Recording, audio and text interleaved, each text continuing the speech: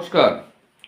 দেখুন, সামনে এই 13ই জানুয়ারি একটা বড় খগোলীয় ঘটনা আমাদের ঘটতে চলেছে, যার ইম্প্যাক্ট কিন্তু বেশ কিছু রাশি লগ্নের ক্ষেত্রে ভালো হবে, বেশ কিছু রাশি লগ্নের ক্ষেত্রে কিন্তু খারাপ হতে চলেছে। আজকে আমরা কর্কট লগ্ন বা রাশিকে নিয়ে আলোচনা করব।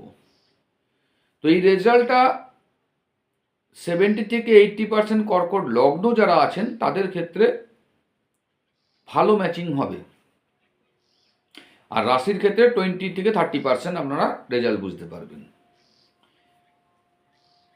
এই 13 তারিখে হচ্ছে কি, শুক্র মুভ নিচ্ছে। শুক্র মুভ হয়ে এখন মকর রাশি বা ক্যাপ্রিকনে প্রবেশ করবে। শুক্র কর্কটের কত নম্বর লর্ড সেটা আগে জানতে হবে। দেখুন, 4th হাউসের লর্ড শুক্র, আবার এদিকে 11th হাউসের লর্ডও কিন্তু শুক্র। তার মানে 4th আর 7th 11th লর্ড আপনার সপ্তম ঘরে। সপ্তম ঘরটা কিসের? সপ্তমটা হচ্ছে আমাদের ব্যবসার ঘর, পার্টনারের ঘর, লাইফ পার্টনারের ঘর।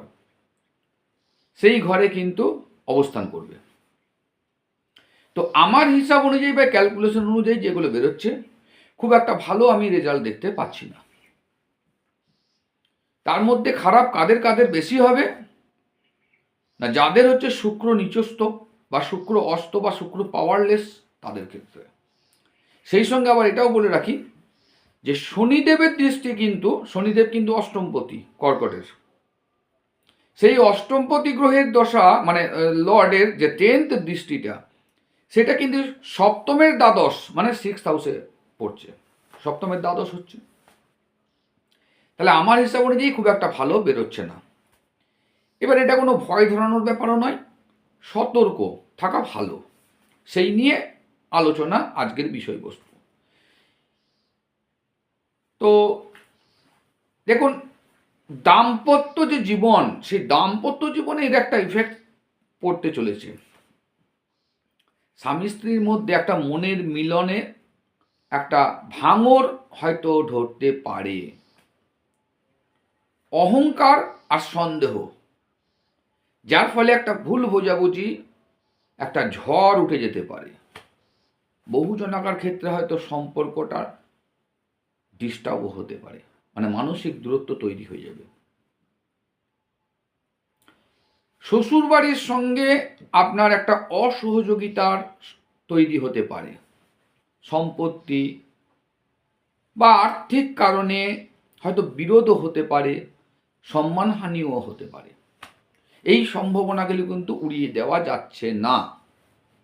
যাদের বিবাহের জন্য চেষ্টা করছিলেন কর্কটের, তাদের বিয়ে লেট হতে পারে। কথা হওয়ার পরেও হয়তো দেখবেন হয়তো ভেঙে যেতে পারে। পছন্দের মানুষের সঙ্গে বিয়ে নাও হতে পারে।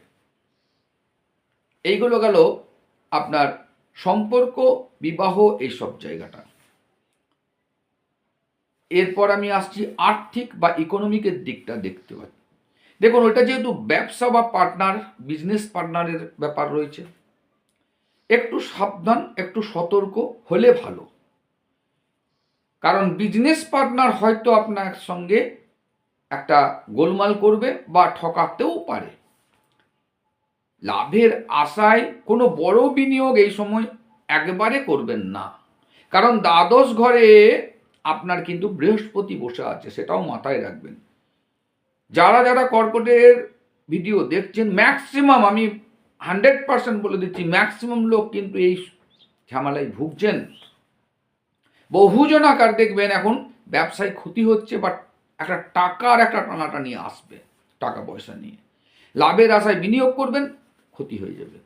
আর লাভটা আপনাকে লোভ দেখাবে কে? রাহু দেখাবে। অষ্টম ঘরে বসে আছে কিন্তু কর্কটের। লোভ দেখাবে, ইনভেস্ট করাবে, ক্ষতি করাবে।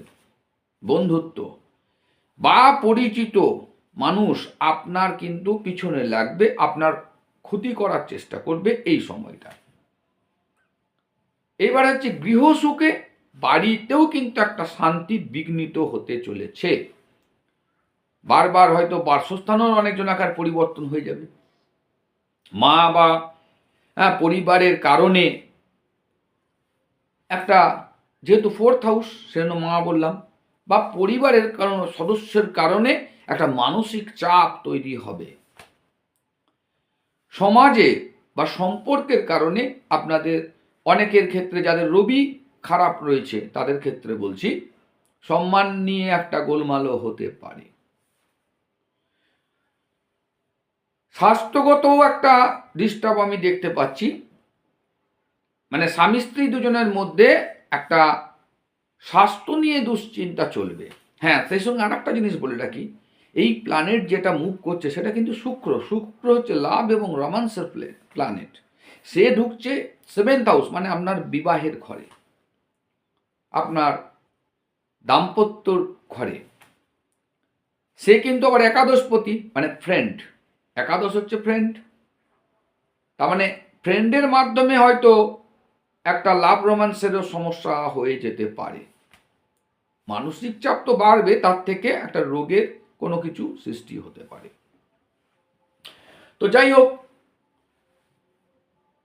বিশেষ খারাপ তাদেরই হবে যাদের শুক্রটা, আমি বললাম যে শুক্রটা খারাপ পজিশনে আছে, পাপ গ্রহ মধ্যে আছে, অথবা যাদের দশা বা অন্তর্দশা খারাপ গ্রহের চলছে, অথবা শুক্র কিংবা শনির চলছে, তাদের ক্ষেত্রে কিন্তু বিশেষ করে অন্তর্দশাটা মাথায় রাখবেন, তাদের ক্ষেত্রে একটু বেশি খারাপ হওয়ার সম্ভাবনা রয়েছে। তাহলে এর থেকে বাঁচার উপায় কি? শুক্রের শক্তিশালী উপায় লিখে রাখুন। প্রতি শুক্রবার সাদা পোশাক পরুন, পারফিউম ইউজ করুন, ওম শুক্রায় নমঃ মন্ত্রটিকে 108 বার জপ করুন, মা লক্ষ্মীকে সাদা ফুল দিয়ে পুজো করুন। এবার রত্ন ধারণের ক্ষেত্রে পার্সোনাল ছক না দেখে রত্ন ধারণ করা যায় না, সেই জন্য পার্সোনাল ছক বিচারপূর্বক তারপরে এটাকে করা যাবে, তার আগে নয়। লক্ষ্মীনারায়ণের পুজো যাদের বাড়িতে হয় তাদের ক্ষেত্রে অতটা সমস্যা বা চিন্তার কোনো কারণ নাই। অবশ্যই শুক্রবার সন্ধ্যাতে লক্ষ্মীনারায়ণের পুজো বা অন্তত সন্ধ্যা দেওয়ার সময় ঘিয়ের প্রদীপ জ্বালান। আর পারলে দাম্পত্য জীবনে একটা সমস্যা হবে, সেই কারণেই শুক্রবার দিনকে দম্পতি দুজনে মিলে যদি শুক্রবার দিনকে ঘিয়ের প্রদীপ জ্বালান একসাথে লক্ষ্মীনারায়ণের কাছে, তাহলে মানে দারুণ ফল পাবেন আপনারা। এবার যদি বলেন দান বা সেবা, খুব ভালো কাজ, ওটা করলে আরও ভালো রেজাল্ট পাবেন।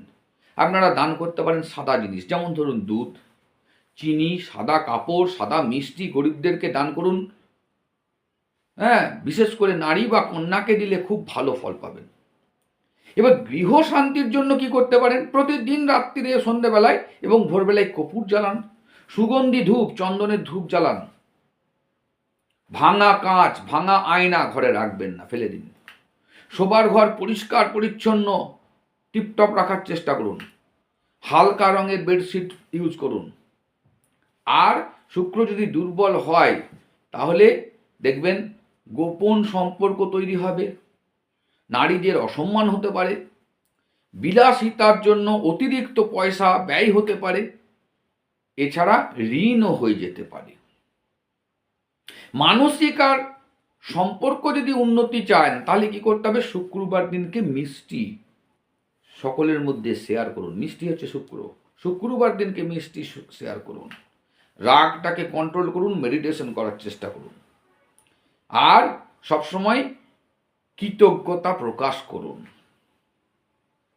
সরি কথাটাকে চেষ্টা করুন ম্যাক্সিমাম টাইম, মানুষের মধ্যে ভুল বোঝাবুঝি হলে সরি এই কথাটাকে ইউজ করুন। থ্যাংক ইউ ইউজ করুন, তাতে দেখবেন আপনারা খুব ভালো রেজাল্ট পাবেন, মনে একটা শান্তি পাবেন। আর যা কিছু হয়েছে আমার কারণ হয়েছে, আমারই দোষ, স্বীকার করে নিন। দেখুন তাতে কোনো ইগো প্রবলেম দূরে সরান, তাতে দেখবেন সম্পর্কটা আরও মজবুত হবে, আরও মধুর হবে, নিজেও শান্তিতে থাকবেন এবং আরও উন্নতি দেখতে পাবেন। শুক্রবার দিনকে রাতের বেলায় যদি পারেন একটা রূপোর পাত্রে দুধ রেখে তার মধ্যে তুলসী গাছের ঢেলে দিতে পারেন, তাহলে আরও লাভ। টানা 7 দিন করতে হবে, শুক্রবার থেকে শুরু করে, খুব ভালো রেজাল্ট পাবেন। তো আশা করছি আপনাদের ভিডিওটি ভালো লেগেছে। যদি অবশ্যই ভালো লাগে শেয়ার করুন।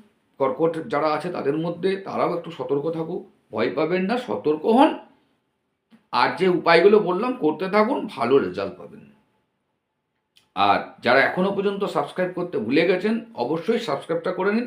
ভালো লাগলে অবশ্যই ভিডিওটিকে লাইক করুন।